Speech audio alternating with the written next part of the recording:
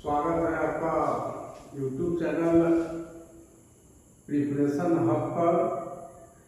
आज हम class 10 science के फर्स्ट चैप्टर का अध्ययन करेंगे और ये NCERT की बुक है। जैसा कि आप लोगों को पता है कि चाहे भारती भवन हो या फिर और भी कई राइटर्स हैं जिन्होंने 10th क्लास के लिए आपको साइंस बुक के रूप में अपनी पुस्तक लिखा उन्होंने, लेकिन जो स्टैंडर्ड बुक है जो पूरे ऑल ओवर इंडिया में जिसके कंटेंट जिसके कॉन्सेप्ट को माना जाता है, जिसको मान्यता दी जाती है, वह NCERT है। तो आज हम इसे एक डेमो क्लास के रूप में इसको देखेंगे और फिर जो है आप लोगों को 2-3 दिन के बाद ऐप के माध्यम से आप लोगों को PDF और क्लास सभी विषयों के जो क्लास है आपको मिलने रहेंगे। तो आज हम इसको स्टार्ट करते हैं। हमारा पहला चैप्टर है, इसको देखते हैं, रासायनिक अभिक्रियाएं एवं समीकरण। ये रासायनिक अभिक्रियाएं एवं समीकरण इस चैप्टर को, चूंकि जनवरी में बोर्ड का एग्जाम होना है, हमारे पास समय का अभाव है, इसलिए इसको थोड़ा सा हम तेज गति से चैप्टर का अध्ययन करेंगे और इस पर आधारित अब तक के जितने भी पूछे गए प्रश्न हैं या जो आने वाले प्रश्न हैं, हम समझते हैं कि जिस तरह से प्रश्न का सिलेक्शन हमने किया है उससे आपका एक भी प्रश्न अगर पूरी आप तैयारी कर लेते हैं तो आपका एक भी प्रश्न मैट्रिक के बोर्ड एग्जाम में आपका छूटने वाला नहीं है, चाहे किसी भी विषय में। इसका हमारा पूरा प्रयास है और हम इसको शुरू करते हैं। रासायनिक अभिक्रियाएं और समीकरण के बारे में कि अपने दैनिक जीवन की निम्नलिखित परिस्थितियों पर ध्यान दीजिए और विचार कीजिए कि क्या होता है जब गर्मियों में कमरे के ताप पर दूध को खुला छोड़ दिया जाता है। गर्मी के समय में जब हम कमरे के ताप पर, रूम टेम्परेचर पर, और रूम टेम्परेचर पर जब हम दूध को ऐसे ही खुला छोड़ देते हैं तब उसमें क्या परिवर्तन आता है, इसके बारे में हमें समझना है। और जो परिवर्तन आता है वह ये रासायनिक अभिक्रिया के कारण ही होता है। तो लोहे का तवा अथवा तसला अथवा कील को आर्द्र वायुमंडल में खुला छोड़ दिया जाता है।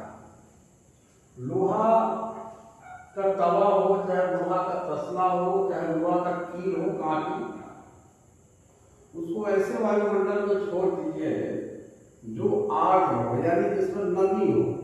नमी का अर्थ है कि जिसमें आपको जलवाष्प अधिक मात्रा में उपस्थित हो, ऐसे वायु में अगर हम इसे छोड़ दें तब क्या होता है। तो आपको पता है कि लोहे में जंग लग जाता है, क्योंकि लोहा जो है वह नम वायु में, आर्द्र वायु में ऑक्सीजन के साथ रासायनिक अभिक्रिया कर देता है और इसके कारण आयरन का ऑक्साइड बन जाता है।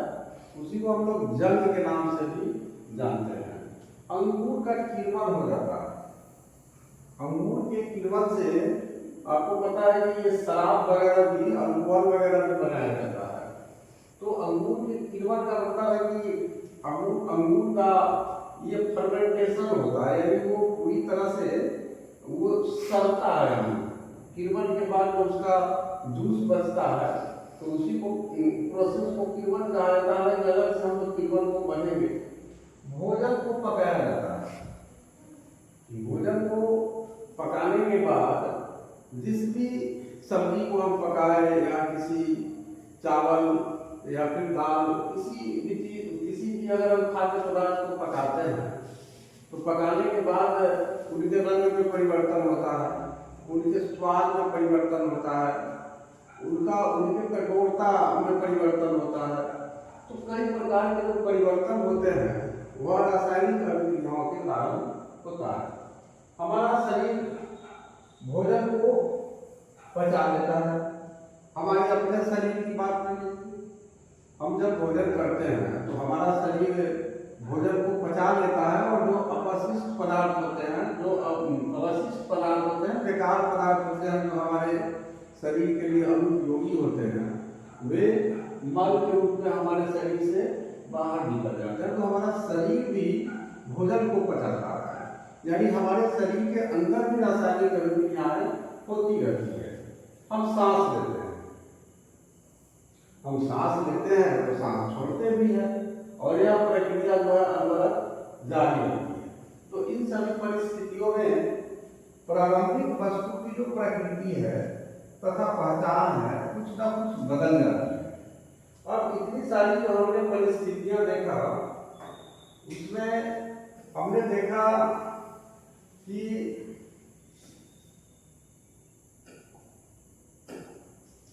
इन सभी परिस्थितियों में हमने क्या देखा कि जो प्रारंभिक वस्तु यानी शुरू में जिस प्रकार का हमारे पास वस्तु था, जैसे पकाने के पहले जो हमारा खाद्य पदार्थ था, या फिर खाने भोजन को पचाने के पहले जो हम खाना खाते हैं, उसका जो उसकी जो प्रकृति थी या उसका जो पहचान था, ये सब कुछ न कुछ बदल जाती है।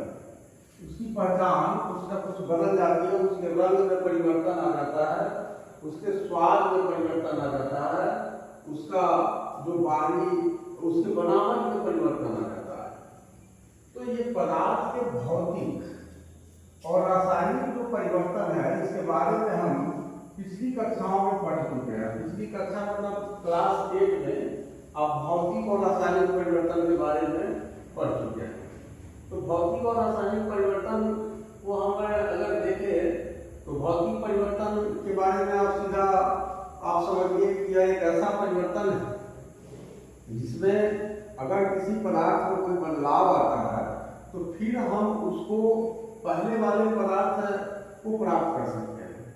लेकिन जो रासायनिक परिवर्तन होता है उसमें जब एक बार बदलाव हो जाता है तो फिर हम उससे नए जो पुराने पदार्थ हैं उसको प्राप्त नहीं कर सकते हैं। तो इस तरह के हमारे भौतिक और रासायनिक परिवर्तन होते हैं।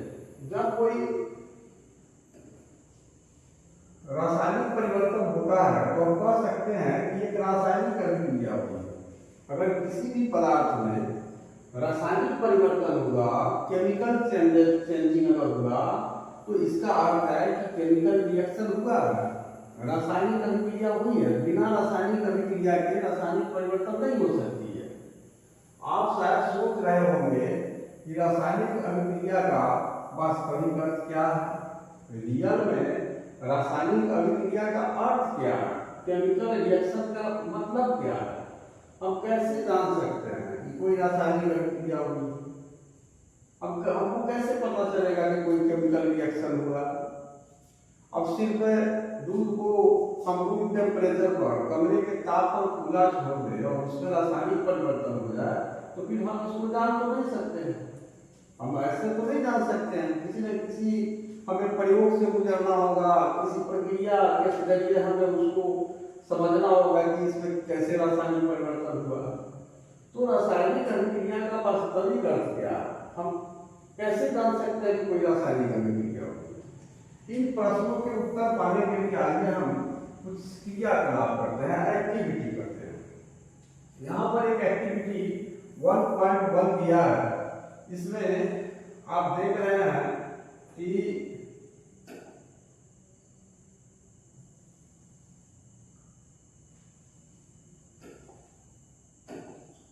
इस क्रियाकलाप में शिक्षक के सहयोग की आवश्यकता है। बिना टीचर के आप इस एक्टिविटी को नहीं कर सकते हैं। इस एक्टिविटी को करने में थोड़ा खतरा हो सकता है, तो इसलिए इसे हमें एक शिक्षक के सहयोग से इस एक्टिविटी को करना। सुरक्षा के लिए हमें छात्र आंखों पर चश्मा पहनने तो उचित होगा। अगर कहा जाता है कि जब इस एक्टिविटी को हम करेंगे तो जो भी छात्र इस क्रियाकलाप में शामिल होंगे उन्हें अपने आंखों पर चश्मा पहन लेना ज्यादा उचित रहेगा। लगभग देखिए इस क्रियाकलाप में क्या करेंगे, चित्र 1.1 में देख रहे हैं कि मैग्नीशियम मैग्नीशियम जीवन का वायु में दहन कर मैग्नीशियम ऑक्साइड को वाच ग्लास में इकट्ठा करना। यहाँ पर मैग्नीशियम जीवन है, यहाँ देख रहे हैं मैग्नीशियम जीवन है, यहाँ पर ये वाला जो पार्ट है तो मैग्नीशियम जीवन है, इसको हवा में जलाया जा रहा है, ये ओपन है, बाहर तो हवा है, इसमें दहन किया जा रहा है और दहन करके ये जो मैग्नीशियम ऑक्साइड है, ये मैग्नीशियम ऑक्साइड जो है इसको ये वाच ग्लास, इस वाच ग्लास में हम इस मैग्नीशियम ऑक्साइड के राख को हम इसमें इस ग्लास में इकट्ठा कर रहे हैं और इसको एक बर्नर की सहायता से हम इसे गर्म कर रहे हैं। तो यही बात है, हम यहाँ लिखा है लगभग 3 से 4 सीएम बंदे मैग्नीशियम जीवन को रेत माल से रगड़कर साफ करेंगे, क्योंकि मैग्नीशियम को क्या करना है कि ये रेत माल एक सीस कागज टाइप आता है जिससे आप उसको कहा जाता है कि रगड़ कर साफ कर लीजिए, क्योंकि होता क्या है कि वो थोड़ा खुरदुरा टाइप का कागज होता है, इससे मैग्नीशियम है। तो इसकी परमाणु संख्या 12 है, तो 12 का मतलब होता है कि इसका इलेक्ट्रॉनिक विन्यास 2 8 12। हम जानते हैं कि कोई भी तत्व का जो परमाणु होता है वह अधिकतम 3 इलेक्ट्रॉन किसी को दे सकता है या अधिकतम 3 इलेक्ट्रॉन किसी से ले सकता है। क्यों? अस्थायी होने के लिए, क्योंकि कोई भी तत्व का परमाणु चाहता है कि हमारा जो बाहरी कक्षा है वह पूर्ण रूप से भर जाए, यानी वह अपना अस्तर पूरा करना चाहता है। 8 इलेक्ट्रॉन अपनी बाहरी कक्षा में पूरा करना चाहता है, तो ये मैग्नीशियम क्या करेगा? इसकी मजबूरी है कि 2 इलेक्ट्रॉन ये किसी को दे देगा, तब 2 इलेक्ट्रॉन दे देगा तो इसमें देखिए कि पहले से 8 10 12 इसमें प्रोटॉन था प्लस था, इसको काटते हैं, प्रोटॉन इसमें 12 था और इलेक्ट्रॉन भी 12 था, यानी माइनस भी 12 और प्लस भी 12। अब 2 जब माइनस किसी को दे दिया, इलेक्ट्रॉन का मतलब है कि आपको ऋण आवेश से आकर्षित कर निगेटिवली चार्ज पार्टिकल, जब किसी को ये दे दिया तब क्या हुआ, इसके पास 12 प्रोटॉन रह गया प्लस 12 रह गया, अब 2 जो है इसमें घट गया इलेक्ट्रॉन, तो क्या हो गया, इस पर 2 इकाई धनावेश आ गया। तो धातु में धनायन बना दी, यानी जितना धातु की पहचान है, जो इलेक्ट्रॉन का त्याग करेगा वही धातु होगा, तो मैग्नीशियम धातु है। और मैग्नीशियम धातु है तो जैसे ही अगर इसको आर्द्र वायु में हम रखेंगे तो ये मैग्नीशियम ऑक्साइड बना लेगा, तो उसका ऊपर कुछ जो परत होगा तो हम ओरिजिनल मैग्नीशियम का टीका तो नहीं मिल पाएगा। इसी वजह से एक मान से इसको रगड़ने के लिए, साफ करने के लिए कहा जाता है कि हमको ओरिजिनल जो है मैग्नीशियम का जीवन आपको इसमें इस प्रयोग के लिए उपलब्ध हो। अब इसे चिमटे से पकड़कर स्पिरिट लैंप या बर्नर से, यहाँ पर है हमारा बर्नर या स्पिरिट लैंप यहाँ ले सकते हैं, इसका दहन करिए, इसको जलाइए और इससे बनी राख को वाच ग्लास में इकट्ठा कर लीजिए। यहाँ वाच ग्लास में इकट्ठा कर लिया इस राख को, जैसा कि चित्र 1.1 में दिखाया गया है। मैग्नीशियम जीवन का दहन करते समय इसे अपनी आंखों से यथासंभव दूर रखें। अब जब हम इस मैग्नीशियम जीवन को जला रहे होंगे, दहन कर रहे होंगे, तब हमें यह सलाह दी जाती है कि अपने आंखों को इससे हमें दूर रखना है और इससे इसका परीक्षण करेंगे और लास्ट में ऑब्जर्वेशन लिखेंगे कि इससे हमें क्या मिला।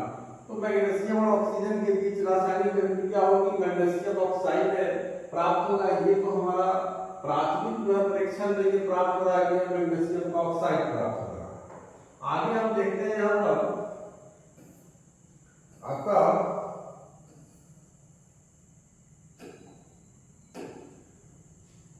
आपने देखा होगा ये जो चमकदार श्वेत लौ, जब ये मैग्नीशियम का कीटा जल रहा था काफी चमकीला आपको लौ के साथ जल रहा था। लौ का मतलब है कि जब हम मोमबत्ती जलाते हैं तो ऊपर वाला जो जलता हुआ भाग होता है उसी को लौ कहते हैं, या आग को भी जलाते हैं तो ऊपर जो जलावन जला या फिर कोयला जला तो ऊपर जो आग है उठता है, उसी आग को लौ कहते हैं।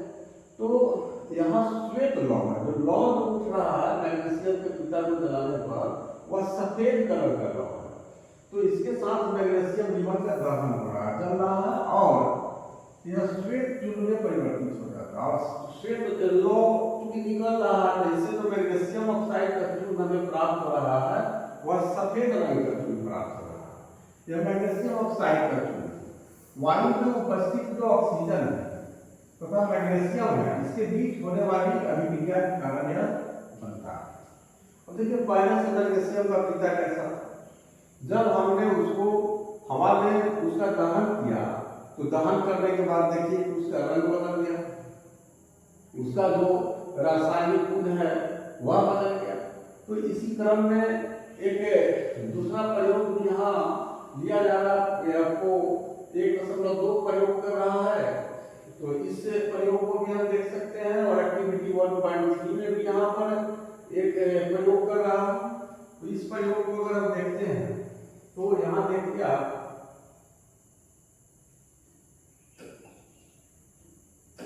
अब देखिए ये एक्टिविटी 2 कर रहा है, क्योंकि कई प्रयोग करके रासायनिक अभिक्रिया को समझाने का प्रयास किया जाता है। तो एक परख नली में हम लेड शीशा का जो संकेत होता है इसको प्लम्बम बोलते हैं, पीबी। तो एक परख नली में lead nitrate PbNO3, lead nitrate कहिए या प्लम्बम नाइट्रेट कहिए, तो इसका घोल लेंगे एक परख नली। परख नली का मतलब है कि एक टेस्ट ट्यूब होता है। परख नली एक फाइबर का बना हुआ एक नली टाइप का होता है। आप जांच घर में जब जाएंगे जहाँ ब्लड या यूरिन टेस्ट वगैरह होता है तो ब्लड निकाल करके और क्या किया जाता है कि उसी परख नली में लोग डालते हैं। परख नली का साइज तो अलग अलग टाइप का होता है। तो एक परख नली यहाँ लेंगे और उसमें क्या करेंगे कि ये शीशा जो है लेड नाइट्रेट का उस परख नली में घोल डालेंगे PbNO3 का, और इसमें क्या करेंगे कि पोटेशियम आयोडाइड का घोल मिला देंगे। इसी में लेड नाइट्रेट के घोल में पोटेशियम आयोडाइड का घोल मिला देंगे और इसके बाद हम इसका परीक्षण करेंगे और परीक्षण करके हम ये पता करेंगे कि हमें क्या प्राप्त हुआ। अब यहाँ पर एक तीसरा एक्टिविटी जो है उसको यहाँ पर प्रयोग के द्वारा दिखाया गया और ये आपको होमवर्क में करने के लिए, क्योंकि ये रिएक्शन हालांकि इस एक्टिविटी है तो इसको तो लैब नहीं करेंगे, लेकिन जितना क्योंकि समय आपके पास कम है तो उसके हिसाब से जितना NCERT ने आपको करके दिखाया है उसको हम लोग पढ़ेंगे, जिससे हमारा सिलेबस भी आगे बढ़े और साथ साथ जो हमारा इससे चैप्टर से जितने भी क्वेश्चन पूछे गए हैं आज तक या फिर पूछे जा सकते हैं उन प्रश्नों को हम हल करेंगे। तो इससे इसका कंसेप्ट हमारा क्लियर हो जाएगा। तो 1.3 जो एक्टिविटी है इसमें कहता है कि एक शंकुआकार फ्लास्क, एक शंकु के आकार का हम फ्लास्क लेंगे जैसा कि आप यहाँ प्रयोग में देख रहे हैं, और शंकुआकार फ्लास्क है यह परख नली लेंगे। शंकु के आकार का परख नली लीजिए या आप ये फ्लास्क में लीजिए और इसमें दानेदार जिंक लीजिए। देखिए आप ये जिंक जो है ये दाना दाना टाइप का जो जिंक है, ये दानेदार जिंक जो है इसमें डाला गया है और जिंक डालने के बाद इसमें तरु हाइड्रोक्लोरिक अम्ल HCl या फिर ये सल्फ्यूरिक अम्ल, सल्फ्यूरिक अम्ल का मतलब है H2SO4, ये दोनों में से कोई एक चीज मिलानी और इसमें सावधान करना है। इसमें थोड़ा सा आपको प्रिकॉशन की बात किया गया है कि हमें इस प्रयोग को करने के समय कौन सी सावधानी रखना है। तो अम्ल का इस्तेमाल सावधानी से कीजिए। ये एसिड है, हाइड्रोक्लोरिक अम्ल है और H2SO4 जो है ये सल्फ्यूरिक अम्ल है, क्योंकि एसिड है और एसिड क्या करता है कि हमें जला देता है। इसलिए जब भी हम इसका प्रयोग करेंगे तो काफी हमें प्रिकॉशन की जरूरत होगी, सावधानी की जरूरत होगी। इसी वजह से कहा गया कि जब हम कोई प्रयोग करेंगे तो उस प्रयोग को हम किसी शिक्षक के सहयोग से करेंगे। अब जैसे ही हमने इसमें तरु सल्फ्यूरिक अम्ल डाला, ये सांद्र सल्फ्यूरिक अम्ल डाला, तब क्या होता है, क्या दस्ते के तालों के आसपास कुछ होता दिखाई दे रहा है? जैसे ही डाले वैसे ही दस्ता के दाना के पास कुछ दिखाई दे रहा है। देखिए यहाँ पर बुलबुला उठ रहा है, बुलबुला उठ रहा है और शंकुआकार जो फ्लास्क है या परख नली है उसको स्पर्श कीजिए। अब ये जो शंकुआकार फ्लास्क को देख रहे हैं इसको हाथ से टच करके आप छू कर देखिए कि क्या इसके तापमान में कोई परिवर्तन हुआ, ये हमें देखना है। तो ऊपर दिए गए तीनों क्रियाकलापों के आधार पर हम कह सकते हैं कि निम्न किसी भी प्रेक्षण की सहायता से हम निर्धारित कर सकते हैं कि एक रासायनिक अभिक्रिया हुई है। अब यहाँ पर आप देखिए कि हमने तरु सल्फ्यूरिक अम्ल लिया, तो H2SO4 लिया या फिर जिंक लिया, तो जिंक या सल्फ्यूरिक एसिड जो है उसमें तो कोई खास टेम्परेचर नहीं था, तापमान नहीं था, लेकिन जैसे ही हमने दानेदार दस्ता के ऊपर सल्फ्यूरिक अम्ल को डाला, ये शंक्वाकार ये फ्लास्क या इसको हम बोलेंगे शंक्वाकार फ्लास्क में इसको रखा, वैसे ही जब हमने देखा कि इससे बुलबुला उठा, तो बिना जिंक और सल्फ्यूरिक अम्ल के बीच रासायनिक अभिक्रिया के ये बुलबुला तो उठेगा नहीं, किसी प्रकार का हमें पदार्थ दिखाई दे रहा है। और साथ ही हमें यह भी सलाह दिया जाता है ये शंक्वाकार जो फ्लास्क है इसके दीवार को आप स्पर्श कीजिए, तो दीवार को स्पर्श करने पर पता चल रहा है कि इसमें परिवर्तन हुआ। अब इसमें क्या हो रहा है कि अवस्था में परिवर्तन, रंग में परिवर्तन हो जा रहा है। जैसे आप मैग्नीशियम के फीता में देखते सफेद रंग का चूर्ण प्राप्त हो गया। गैस का निकास अथवा उत्सर्जन, यहाँ पर ये गैस भी आपको उत्पन्न हो रहा है और उसका उत्सर्जन हो रहा है, तापमान में परिवर्तन हो रहा है। तो इस तरह से हमने देखा कि इस प्रकार यदि हम अपने आसपास हो रहे परिवर्तनों को देखें तो पाएंगे कि हमारे चारों ओर विविध प्रकार की रासायनिक अभिक्रियाएं हो रही है। चारों ओर हमारे एनवायरनमेंट में विभिन्न प्रकार की रासायनिक अभिक्रिया हो रही है। तो इस अध्याय में हम विभिन्न प्रकार की रासायनिक अभिक्रियाओं और उनके प्रतीकात्मक निरूपण का अध्ययन करेंगे। प्रतीकात्मक निरूपण का मतलब है कि हम इन रासायनिक अभिक्रियाओं को प्रतीक चिन्हों के माध्यम से, संकेतों और अनुसूत्रों के माध्यम से इसे हम समझेंगे। और रासायनिक अभिक्रिया को समझने के लिए हम प्रतीकात्मक निरूपण क्यों करेंगे, हम संकेतों की सहायता क्यों लेंगे, अनुसूत्रों की सहायता क्यों लेंगे, इसके विषय में भी हम विस्तार से चर्चा करेंगे। तो इस तरह से इसमें हम आगे बढ़ते हैं और देखते हैं हमारे सामने आ गया, क्योंकि प्रतीकात्मक निरूपण करना है तो बिना संकेत और अनुसूत्र का तो होगा नहीं। तो इसके लिए जैसे ही हम संकेत और अनुसूत्र का प्रयोग करेंगे तो हमारे पास समीकरण बन जाएगा। तो अब आगे आप देखिए उस कड़ी में आगे बढ़ रहा है रासायनिक समीकरण। तो क्रिया का 1.1 का विवरण देखिए। जब ऑक्सीजन की उपस्थिति में मैग्नीशियम रिबन का दहन होता है तब यह मैग्नीशियम ऑक्साइड में परिवर्तित हो जाता है। जैसे ही मैग्नीशियम रिबन को जलाया जाता है ऑक्सीजन की उपस्थिति में, तो मैग्नीशियम ऑक्साइड में परिवर्तित हो जाता है मैग्नीशियम रिबन। तो वाक्य के रूप में किसी रासायनिक अभिक्रिया का विवरण बहुत लंबा हो जाता है। अगर हमें जितनी भी प्रकार की रासायनिक अभिक्रियाएं पढ़ाई जाती है रसायन शास्त्र में खासकर, अगर सबको हम इसी प्रकार से शब्दों और वाक्यों की सहायता से व्यक्त करें तो हमें उसको व्यक्त करने में एक लंबा समय भी लगेगा और हमें कागज पर भी बहुत अधिक जगह की जरूरत पड़ेगी। तो वाक्य के रूप में किसी रासायनिक अभिक्रिया का जो विवरण है, कोई भी रासायनिक अभिक्रिया का हम ऐसे हिंदी में लिख करके वाक्य के रूप में लिख करके अगर हम उसको एक्सप्लेन करें, उसका विवरण दें, तो क्या होगा, वो बहुत लंबा हो जाएगा। तो इसे संक्षिप्त रूप में भी लिखा जा सकता है। इसे इस शब्द समीकरण के रूप में लिखना सबसे सर्वोत्तम विधि है। तो ये जितने भी शब्द इसमें आ रहे हैं उनको हम क्या करेंगे कि शब्द समीकरण के रूप में इसे लिखेंगे। तो ऊपर दिए अभिक्रिया का शब्द समीकरण इस प्रकार को देखिए, ये मैग्नीशियम है, ये ऑक्सीजन है और ये मैग्नीशियम ऑक्साइड है। हमने क्या किया, ये मैग्नीशियम के रिबन को ऑक्सीजन की उपस्थिति में जलाया। तो ऑक्सीजन की उपस्थिति में जैसे ही जलाया वैसे ही हमें मैग्नीशियम ऑक्साइड का सफेद चूर्ण प्राप्त हुआ। अब ये रासायनिक अभिक्रिया हुई मैग्नीशियम और ऑक्सीजन के। तो रासायनिक अभिक्रिया में भाग लेने वाले जो पदार्थ होते हैं उन्हें अभिकारक या अभिकर्मक कहते हैं। और रासायनिक अभिक्रिया के फलस्वरूप यानी मैग्नीशियम और ऑक्सीजन के बीच जो रासायनिक अभिक्रिया हुई उसके फलस्वरूप से हमें नया पदार्थ प्राप्त हुआ मैग्नीशियम ऑक्साइड।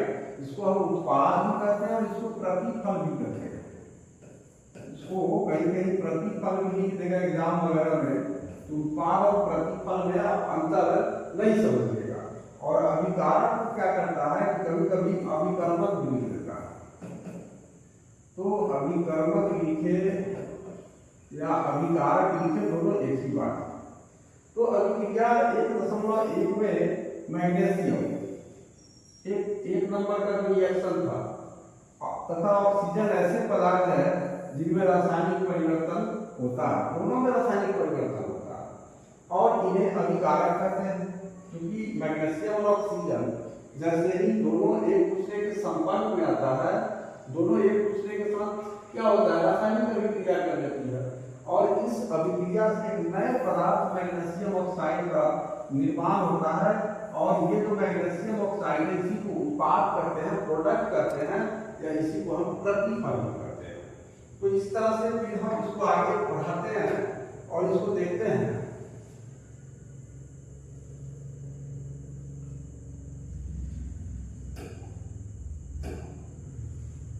शब्द समीकरण जो हमने लिखा था, जिसमें हम मैग्नीशियम और प्लस ऑक्सीजन हिंदी में लिखा था, हिंदी का शब्द लिखा था, तो उसमें अभिकारकों उत्पाद परिवर्तन को उनके बाद एक तीर निशान का लगाकर दर्शाया जाता है। अभिकारक और जो उत्पाद है दोनों के बीच एक तीर का निशान लगा करके उसे दर्शाया जाता है। जैसा एक जगह लिखे थे शब्द समीकरण में, क्या लिखे थे हम लोग, पीछे लिखे थे मैग्नीशियम और प्लस हमने लिखा था ऑक्सीजन, और इसके बाद हमने तीर का चिन्ह दिया और यहां पर हमने लिखा था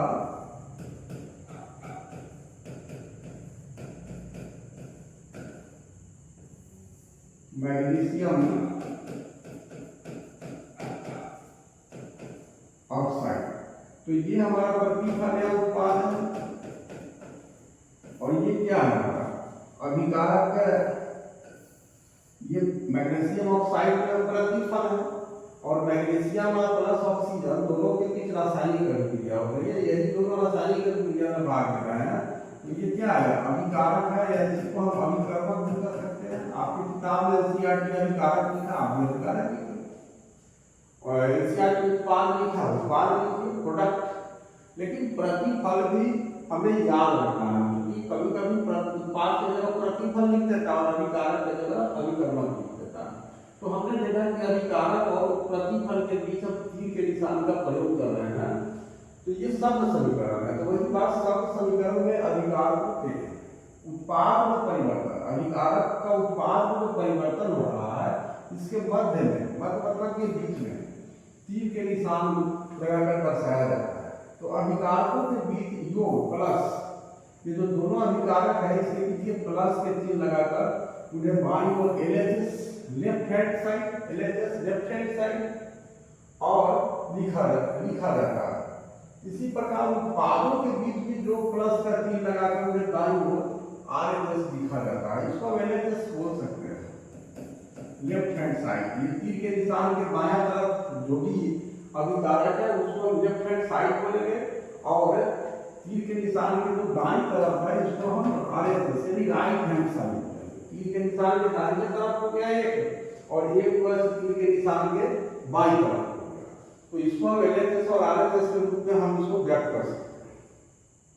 अब यहाँ जो एक चीज जो जोड़ दिया है कि उत्पादों के बीच भी ये जो है का चिन्ह लगाकर उन्हें दाईं ओर लिखा जाता है। यहाँ उत्पाद तो एक ही है मैग्नीशियम ऑक्साइड, तो और भी अगर उत्पाद बनेगा या उपोत्पाद बनेगा, उत्पाद के साथ कुछ अगर भी पदार्थ प्राप्त हो जाते हैं, तब एक से ज्यादा बनेगा या दो बनेगा या दो से ज्यादा बनेगा, तो उसके बीच में हम प्लस के चिन्ह का प्रयोग करेंगे। तो इस तरह से हमने देखा कि शब्द समीकरण के माध्यम से इस प्रकार वाक्य को छोटा किए। पहले हम वाक्य के रूप में लिख रहे थे रासायनिक अभिक्रिया को, उसके बाद शब्द समीकरण के रूप में हमने रासायनिक अभिक्रिया को लिखा और भी हम इसको आसान करेंगे। और आसान करने के लिए हम रासायनिक समीकरण यहाँ पर के रूप में इसको लिखेंगे। तो क्या रासायनिक समीकरण के निरूपण इससे भी संक्षिप्त विधि है? ये जो समीकरण बना, क्या इसको निरूपित करने की, इसको व्यक्त करने की इससे भी कोई शॉर्टकट मेथड है, कोई संक्षिप्त विधि है? शब्दों की जगह रासायनिक सूत्र का उपयोग करके रासायनिक समीकरणों को और अधिक संक्षिप्त तथा उपयोगी बनाया जा सकता है। अगर हम ये तो सब मैग्नीशियम लिखे, यहाँ मैग्नीशियम का संकेत Mg लिख दें, ऑक्सीजन जो उतना लंबा लिखे हैं उसके नजदीक ऑक्सीजन का संकेत O लिख दे, मैग्नीशियम ऑक्साइड जो उतना लंबा लिखे हैं वहां MgO लिख दे।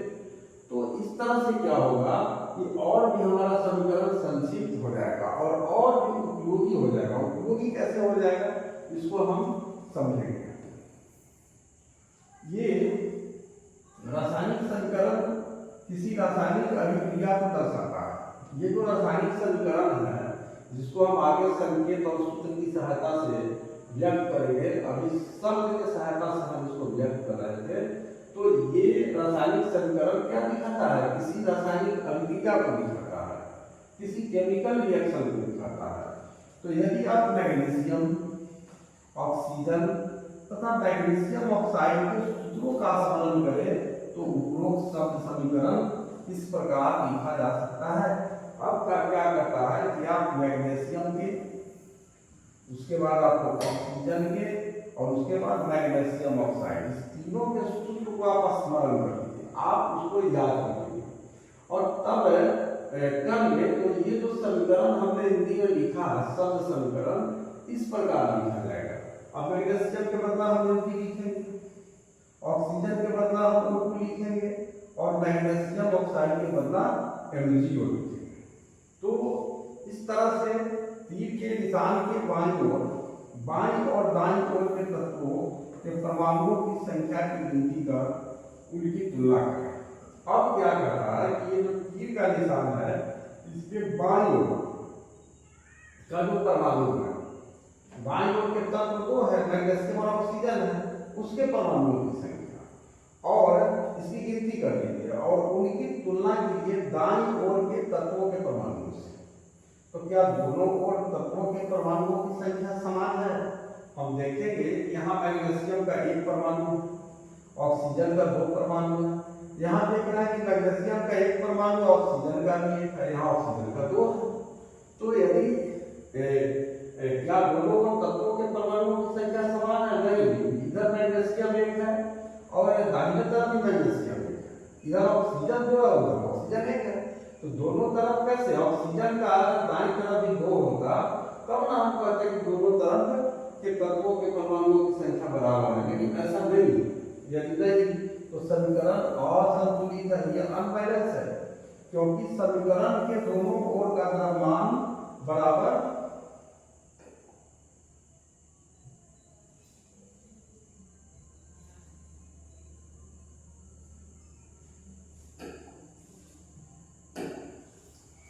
इस तरह से अब देख रहे हैं कि क्योंकि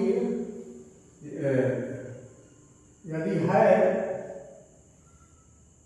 तो हम लोग कर लिए हैं, क्या दोनों ओर के तत्वों की परमाणु संख्या समान है? समान नहीं है, हमने देखा यहाँ मैग्नीशियम 1 है, मैग्नीशियम 1 है, ऑक्सीजन 2 है, ऑक्सीजन 1 है, इधर भी ऑक्सीजन 2 होता है तो परमाणु की संख्या समान होती।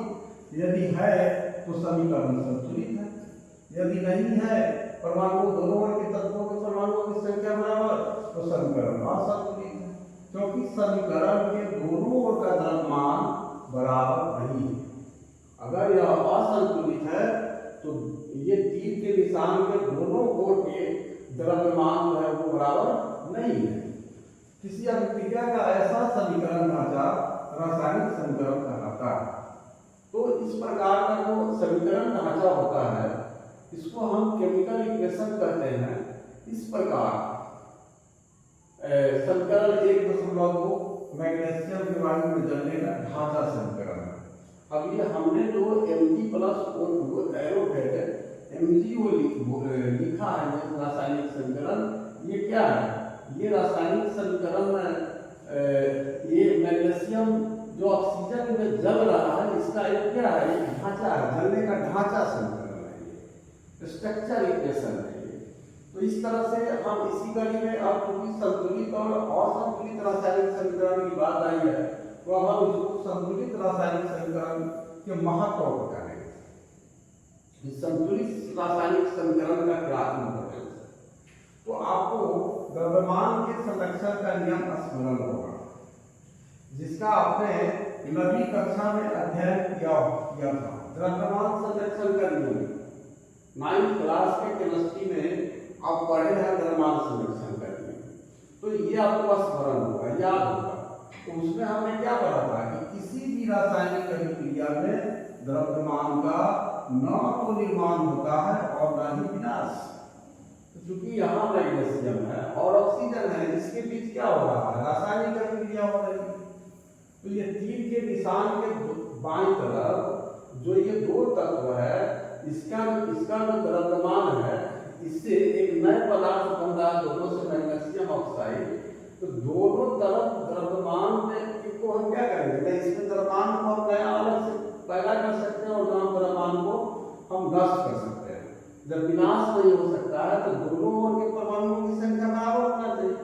अगर बराबर नहीं है तो इसका मतलब है कि समीकरण असंतुलित है, अर्थात किसी भी रासायनिक अभिक्रिया के उत्पाद तत्वों का कुल द्रव्यमान, ये उत्पाद तत्वों का कुल द्रव्यमान यहाँ देखिए, अभिकारक तत्वों के कुल द्रव्यमान के बराबर होता है। ये किसी भी रासायनिक अभिक्रिया में ऐसा होता है कि अभिकारक तत्वों के कुल द्रव्यमान, अभिकारक तत्व मैग्नीशियम और ऑक्सीजन है, और उत्पाद या प्रतिफल तत्व के कुल द्रव्यमान, इसमें मैग्नीशियम और ऑक्सीजन है, दोनों का जो कुल द्रव्यमान है वो बराबर होता है। द्रव्यमान संरक्षण के लिए हम क्या जाते हैं। तो दूसरे शब्दों में रासायनिक अभिक्रिया के पहले एवं उसके पश्चात प्रत्येक तत्व के परमाणुओं की संख्या समान रहती है।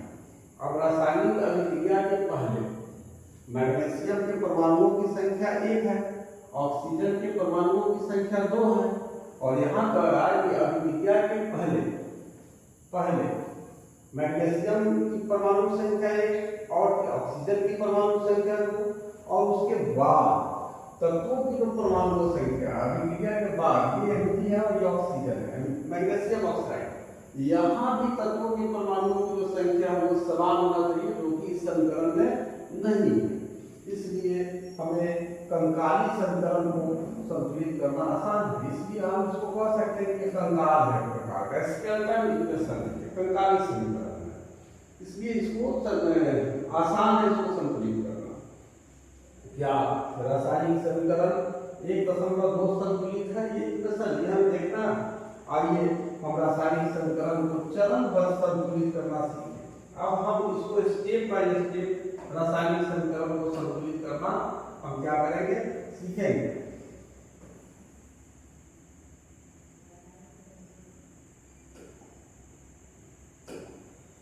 एक्टिविटी 1.3 के शब्द समीकरण को इस प्रकार दर्शाया जा सकता है। आप जान रहे हैं कि आपने जो कॉनिकल क्लास था, सर्कुलर क्लास था, उसमें जिंक का आप दाना लिए थे और उस पर सल्फ्यूरिक डाले थे। जैसे ही आपने सल्फ्यूरिक डाला था, आपके क्लास में बुलबुला टाइप का पदार्थ निकल रहा था और सल्फ्यूरिक अम्ल बन रहा था, जिंक सल्फेट बन रहा था, इसमें हाइड्रोजन गैस मुक्त हो रहा था। तो उपरोक्त का शब्द समीकरण तो हमने लिखा जिंक प्लस सल्फ्यूरिक अम्ल, और इससे जो बना जिंक सल्फेट और हाइड्रोजन गैस रिलीज हुआ, तो इसको हमने शब्द समीकरण के रूप में इस तरह से लिखा, और ये रासायनिक समीकरण द्वारा इसको दर्शाया जा सकता है। देखिए Zn हमने लिखा है यहाँ जिंक के बदला, और सल्फ्यूरिक अम्ल को H2SO4 लिखा, जिंक सल्फेट को ZnSO4 लिखा, हाइड्रोजन को H2 लिखा। तो आइए समीकरण 1.3 में तीर के निशान के दोनों ओर के तत्वों के परमाणुओं की संख्या की तुलना करते हैं। अब ये जो तीर का निशान है, इसके दोनों ओर, बाईं ओर और दाईं ओर, LHS और RHS, लेफ्ट हैंड साइड और राइट हैंड साइड, दोनों ओर के जो तत्व है, जिंक है, हाइड्रोजन है, सल्फर है, ऑक्सीजन, तो इन एक तत्व, दो तत्व, तीन तत्व, चार तत्व, इधर देखिए एक तत्व, दो तत्व, तीन तत्व, चार तत्व। तो ये हम देखते हैं कि तीर के निशान के बाईं ओर और दाईं ओर दोनों ओर के तत्वों की जो परमाणुओं की संख्या है उसकी हम तुलना करके देखते हैं। तो देखिए रासायनिक अभिक्रिया और संकरण, इसमें हम आगे देखते हैं क्योंकि चरणबद्ध ढंग से इसको हमें समझना है, संतुलित करना। तो यहाँ देखिए, यहाँ पर तत्व आपको देखिए बाईं ओर का, ये जिंक है, हाइड्रोजन है, सल्फर है, ऑक्सीजन है। अब देखिए हमने हमारा जो समीकरण था वो क्या था, Zn यहाँ लिख देते हैं plus H2SO4 एरोमेट ZnSO4 plus H2। ये हम हमारा 1.3 के एक्टिविटी क्रियाकलाप का ये रासायनिक समीकरण था, तो पीछे हट गया यहाँ लिखिए। अब देखिए बाईं ओर देख रहे हैं कि जिंक अभिकारक, ये तीर के निशान के बाईं ओर वाला क्या करते हैं, इसको अभिकारक करते हैं, अभिकारक करते हैं, इसी को अभिकर्मक करते हैं। रासायनिक क्रिया में भाग लेने वाले जो पदार्थ होते हैं, यही भाग ले रहा है ना दोनों, तो इसी को हम अभिकारक का उत्पाद करेंगे। और रासायनिक क्रिया के फलस्वरूप बनने वाले पदार्थ है उनको हम उत्पाद करते हैं, या इसी को हम प्रतिफल भी करते हैं, प्रोडक्ट, प्रतिफल इसे करते हैं। तो अब हम गौर करते हैं कि अभिकारक को देखते हैं तीर के निशान के बाईं ओर, जो रासायनिक अभिक्रिया में भाग ले रहा है, इसमें परमाणुओं की संख्या कितना है, इसमें Zn के परमाणुओं की संख्या कितना, देखिए नीचे यहाँ कुछ नहीं है, मतलब 1 है, और हाइड्रोजन के परमाणुओं की संख्या यहाँ 2 है, यहाँ 2 लिखा। सल्फर के नीचे आगे कुछ नहीं है, यहाँ 1 है, और ऑक्सीजन के परमाणुओं की संख्या 4 है। ये हम अभिकारकों में परमाणुओं की संख्या लेंगे, जो भी अभिकारक में हमारे तत्व आ रहे हैं उन तत्वों के परमाणुओं की संख्या लेंगे। अब दाहिने तरफ हमारा तीर के निशान के उत्पाद है, इसमें हम परमाणुओं की संख्या कितने आ रहे थे, इसमें राइट हैंड साइड। अब देखिए यहाँ जिंक कितना है, 1 है, ये दोनों बराबर है। अब देखिए ये जिंक के बाद क्या है, हाइड्रोजन, यहाँ देखिए हाइड्रोजन यहाँ को, ठीक है, ये 2 है, ये दोनों बराबर है। अब देखिए सल्फर यहाँ पर, यहाँ 1 है, यहाँ भी 1 है, और यहाँ ऑक्सीजन 4 है, और यहाँ भी ऑक्सीजन 4 है। समीकरण 1.3 में तीर के निशान के दोनों, ये तीर के निशान के दोनों बाईं ओर और दाईं ओर दोनों ओर के प्रत्येक तत्व के परमाणुओं की संख्या समान है, इसलिए एक संतुलित रासायनिक समीकरण है। अब हम निम्न रासायनिक समीकरण को संतुलित करने का प्रयास करते हैं। अब 1.4 में जो एग्जाम्पल लिया है उसको हम देख लेते हैं एक स्टेप और। तो इसमें हम जो समीकरण ले रहा है इसमें आयरन ले रहा है, Fe लोहा, H2O जल, ये Fe3O4 आयरन ऑक्साइड, और ये हाइड्रोजन गैस। तो स्टेप 1 में हम क्या करेंगे कि रासायनिक समीकरण को संतुलित करने के लिए सबसे पहले प्रत्येक सूत्र के चारों, ये जितना भी सूत्र है इसके चारों ओर एक बॉक्स बनाना। अब यहाँ देखिए Fe के चारों ओर एक बॉक्स बना लिया, H2O के चारों तरफ एक बॉक्स बना लिया, Fe3O4 के चारों तरफ एक बॉक्स बना लिया, और H2 के चारों तरफ एक बॉक्स बना लिया। और समीकरण को संतुलित करते समय बॉक्स के अंदर कुछ भी परिवर्तन नहीं किया, आपने वो बॉक्स में घेरा है अभिकारक और प्रतिफल को, तो उस बॉक्स के अंदर कोई छेड़छाड़ नहीं करना है। आपको छेड़छाड़ कहाँ करना है ये हम देख रहे हैं, और छेड़छाड़ तभी करना है अब दोनों ओर के परमाणुओं की संख्या बराबर न होता।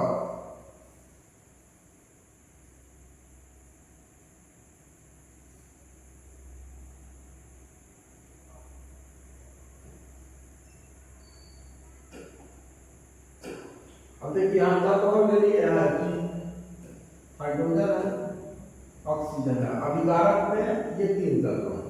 हमारा जो उत्पाद है या प्रतिफल है, यहाँ भी FeO और H, यहाँ भी 3 तत्व है। अब देखते हैं कि अभिकारक के तत्वों के परमाणुओं की संख्या और उत्पाद के तत्वों के परमाणुओं की संख्या बराबर है।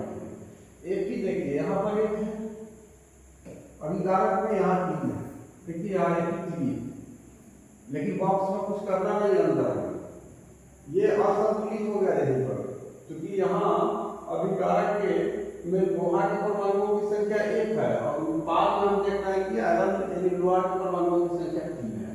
तो फर्स्ट स्टेप में हमें पता चल गया कि यह असंतुलित है, अनबैलेंस है। हाइड्रोजन की संख्या देखिए आप, अभिकारक में 2 देख रहे हैं और यहाँ पर आप देख रहे हैं यहाँ पर 2 है, ये 2 है तो बराबर है। अब ऑक्सीजन पे जाए तो यहाँ पर देख रहे हैं यहाँ 1 है और यहाँ पर 4, यहाँ 1 और यहाँ 4 अनुपात। तो ये क्लियर है कि यहाँ Fe और ऑक्सीजन इन दोनों तत्वों के परमाणुओं की जो संख्या है वह अभिकारक और उत्पाद में अलग अलग है। तो अब हम इसको देखिए स्टेप 3 में जाकर के हम इसको कैसे संतुलित करने के लिए स्टेप बाय स्टेप इसको बताया जा रहा है। इसको देखिए स्टेप 3 में हम क्या करेंगे, सुविधा के लिए सबसे अधिक परमाणु वाले यौगिक को पहले संतुलित कीजिए, चाहे वह अभिकारक हो या उत्पाद। अब जिसमें सबसे अधिक परमाणु, जैसे ऑक्सीजन के परमाणुओं की संख्या 4, आयरन के परमाणुओं की संख्या 3 है, तो सबसे जो अधिक परमाणु वाले परमाणु संख्या वाले जो यौगिक है उनको संतुलित करना होगा और उस यौगिक में सबसे अधिक परमाणु वाले तत्व को चुनिए, उस तत्व को चुनिए जिसमें सबसे अधिक परमाणु है। इस आधार पर हम Fe3O4 और उसके ऑक्सीजन तत्व को चुनते हैं। ये Fe3O4 एक यौगिक है और इसमें ऑक्सीजन के परमाणुओं की संख्या 4 है, वहां से ज्यादा है, इसलिए वो ऑक्सीजन तत्व को इसमें चुनते हैं। पहले ऑक्सीजन को संतुलित करते हैं और दाईं ओर ऑक्सीजन के 4 परमाणु, दाईं ओर हमने यहाँ पर लिखा था जो समीकरण था हमारा, उसको यहाँ हम लोग देख लेते हैं। बाईं ओर केवल 1 है और ऑक्सीजन परमाणु को संतुलित करने के लिए प्रारंभ में और संतुलित करने के लिए हम यहाँ पर हमने क्या किया था कि Fe था और इसको हमने क्या किया था H2O के साथ इसको रखा था, तो हम हमारे पास जो उत्पाद प्राप्त हुआ था Fe3O4 और प्लस में हमें क्या प्राप्त हुआ था। एक बार और हम इसी क्वेश्चन को देख लेते हैं।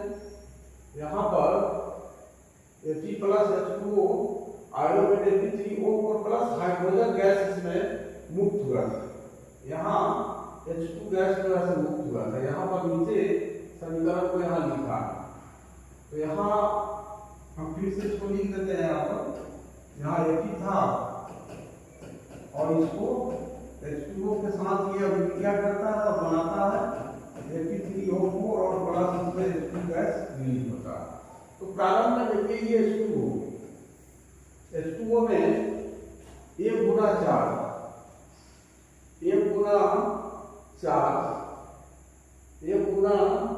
4 माने यहाँ पर ऑक्सीजन के परमाणुओं की संख्या कितना है, 4 है और यहाँ पर 1 है, तो यहाँ पर 4 से इसको मल्टीप्लाई कर दिया, यानी दोनों तरफ क्या किया, इसमें 4 से गुना करेंगे तो क्या हो जाएगा, ये दोनों तरफ बराबर हो जाएगा। तो 4Fe3O4 में वहां पर क्या है, यह याद रखना आवश्यक है कि परमाणुओं की संख्या को बराबर करने के लिए हम अभिक्रिया में शामिल तत्वों तथा यौगिकों के सूत्रों को नहीं बदल सकते हैं। यौगिक के सूत्र को हम नहीं बदल सकते, जैसे H2O को हम नहीं बदलेंगे। जो आयरन ऑक्साइड है उसका सूत्र है, अणुसूत्र है Fe3O4, उसको नहीं बदलेंगे। जैसे कि ऑक्सीजन परमाणु को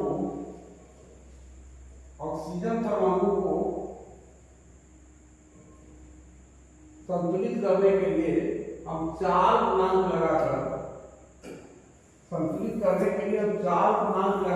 4H2O लिख सकते हैं, लेकिन H2O4 या H2O का होल 4 नहीं लिख सकते हैं। आंशिक रूप से संतुलित समीकरण इस प्रकार होगा, जैसे Fe है, पहले इसमें H2O था, अब इसमें हम 4 से इसको मल्टीप्लाई कर दिए और यहाँ Fe3O4 था, यहाँ H2 था।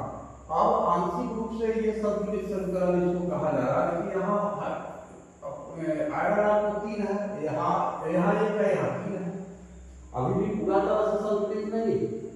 हाइड्रोजन 4 8, यहाँ आपको हाइड्रोजन 2 है। ऑक्सीजन को सिर्फ हमने बैलेंस कर दिया है दोनों तरफ, ऑक्सीजन 4 है, यहाँ 4, यानी आंशिक रूप से हमने संतुलित किया, पूर्ण रूप से इसको संतुलित नहीं किया। तो पूर्ण रूप से देखिए स्टेप 4 Fe तथा H, Fe तथा H अभी संतुलित नहीं है, इनमें से किसी एक तत्व को चुनकर आगे बढ़ते हैं। अब हम आंशिक रूप से संतुलित समीकरण में हाइड्रोजन परमाणु को संतुलित करते हैं। आप उसको तो कर लिए, आप पहले ही बताया गया है कि जिसके तत्वों की परमाणुओं की संख्या ज्यादा है पहले उसको संतुलित करेंगे। तो ऑक्सीजन के परमाणुओं की संख्या ज्यादा था तो दोनों तरफ चार्ज कर लिया। अब उसके बाद यहाँ पर ये हाइड्रोजन को पहले बैलेंस कर रहा है। अब यहाँ पर यही कंट्राडिक्शन होता है कि ये NCERT इस पर कोई ऑब्जेक्शन नहीं उठा सकता है, लेकिन कोई भी अगर हम कोई सेंटेंस लिख रहे हैं तो वो यूनिवर्सल होना चाहिए। और यूनिवर्सल इस मामले में होना चाहिए कि यदि हमने कहा कि जिस तत्व के परमाणुओं की संख्या सबसे ज्यादा होती है पहले उन्हें संतुलित करना है, तो यहाँ देखिए यहाँ आयरन के परमाणुओं की संख्या ज्यादा है, ये हाइड्रोजन से आयरन के परमाणुओं की संख्या 3 है और यहाँ हाइड्रोजन का 2 है।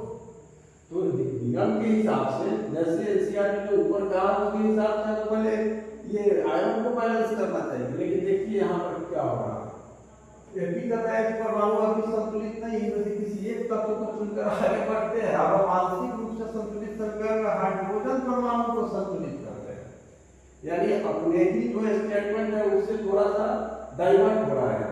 हाइड्रोजन परमाणु को बराबर करने के लिए दाईं ओर हाइड्रोजन अणु की संख्या को 4 कर देते हैं। यहाँ पर हाइड्रोजन के अणु की संख्या कितना 4 गुना 8 हो जाएगा, जब से हम इसको 4 से मल्टीप्लाई करेंगे। अभिकारक में आपको 8 है, ये जो लिखा है इससे ज्यादा बेहतर हम नीचे इसको समझ सकते हैं। देखिए यहाँ पर उसकी कोई विशेष आवश्यकता नहीं थी। देखिए यहाँ ये Fe है 4:2। हमने पहले ऑक्सीजन को यहाँ बैलेंस कर लिया 4। अब ये हाइड्रोजन 2 हो गया, हमने यहाँ 4 लगा दिया। देखिए एक स्टेप एक अगले चरण में हमने 4 गुना 8 हाइड्रोजन भी कर दिया। अब अभिकारक में देखिए के निशान में बांधो, हाइड्रोजन के परमाणुओं की संख्या 4 गुना 8 है। यहाँ पे प्रतिफल में देखिए उत्पाद में 4 गुना, ऑक्सीजन का आप देखिए प्रतिफल में 4 और यहाँ 4 से मल्टीप्लाई करें तो ऑक्सीजन भी 4 हो गया। यानी अब हमारा बच गया सिर्फ आयरन। तो सीधी बात है कि Fe3 हाइड्रोजन 3Fe हम इसको कर देंगे और क्या करेगा, ये 3Fe कर दिया और 3Fe2O।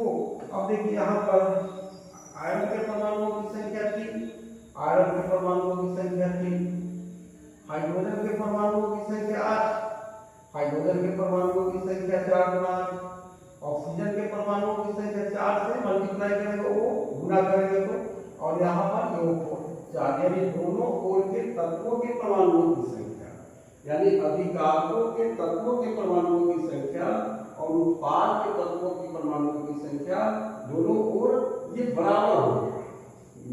परिकलन करते हैं, हमने परिकलन ये करेगा, हम परिकलन हमने कर लिया और इस तरह से अंत में इस समीकरण की जांच के लिए हम समीकरण में दोनों ओर के तत्वों की परमाणुओं की संख्या का परिकलन करते हैं, कैलकुलेशन करते हैं। यहाँ 3Fe, यहाँ Fe3, यहाँ 4 गुना 8 है, यहाँ 4 गुना 8 हाइड्रोजन हो गया, ऑक्सीजन ये 4 और ये यहाँ पर ऑक्सीजन 4। समीकरण 1.9 में दोनों ओर के तत्वों की परमाणुओं की संख्या बराबर है, अतः यह समीकरण अब संतुलित रासायनिक समीकरणों को संतुलित करने की इस विधि को हीट एंड ट्रायल विधि कहते हैं, क्योंकि सबसे छोटी पूर्णांक संख्या के गुणांक का उपयोग करके समीकरण को संतुलित करने का प्रयास करते हैं। सबसे छोटी पूर्णांक संख्या गुणांक के रूप में हम लेते हैं। पूर्णांक संख्या का मतलब है कि हम 2 से गुणा कर सकते हैं, 3 से गुणा कर सकते हैं, 4 से गुणा कर सकते हैं। तो 2 एक पूर्णांक संख्या है, 3 पूर्णांक संख्या है, 4 पूर्णांक संख्या है। ऐसा नहीं कि 1/2 से गुणा कर दें, ये पूर्णांक संख्या नहीं। तो ये हम और इस विधि को ही हीट एंड ट्रायल विधि कहते हैं। तो आपसे अगर एग्जाम में इससे बिल्कुल अलग हट के क्वेश्चन पूछ दे कि हीट एंड ट्रायल विधि किसे कहते हैं, तो हम कह सकते हैं कि किसी रासायनिक समीकरण को संतुलित करने के लिए जब सबसे छोटी पूर्णांक संख्या के गुणांक का उपयोग किया जाता है तो ऐसे विधि को हम हीट एंड ट्रायल विधि कहते हैं। ऐसे भी कोई आपको रासायनिक समीकरण दे देगा और आपको झांसा में रखने के लिए लिख देगा कि निम्नलिखित रासायनिक समीकरणों को हीट एंड ट्रायल विधि से संतुलित करें। तो इस तरह से आज हमने 5 पेज इसमें पढ़ा और आज का हम अपना जो डेमो क्लास है यही समाप्त करते हैं। और अगले दिन से आपको फिर पर डे क्लास आपको मिलेगा इधर, और 2, 4, 5 दिन के बाद आपको ऐप के माध्यम से ये और भी विषय का जो क्लास है वो मिलेगा। और क्लास के साथ साथ हमारा टारगेट होगा कि जितनी तेजी से हो आपके हर विषय का जो है हम सिलेबस पूरा कर दें और पिछले वर्ष के पूरे प्रश्न पत्रों का हम हल कर दें, ताकि आपका पूरा कंसेप्ट 10th क्लास का तैयार हो जाए और आपको 11th 12th क्लास में किसी भी सब्जेक्ट में किसी प्रकार की कोई परेशानी नहीं हो और आपका एग्जाम में बहुत ही अच्छा मार्क्स आए, इसके लिए हम प्रयास कर रहे हैं। और इसको हम समाप्त करते हैं और चलिए अगले दिन से हम इसको शुरू करेंगे, फिर आगे बढ़ाते हुए। तो ये थैंक यू।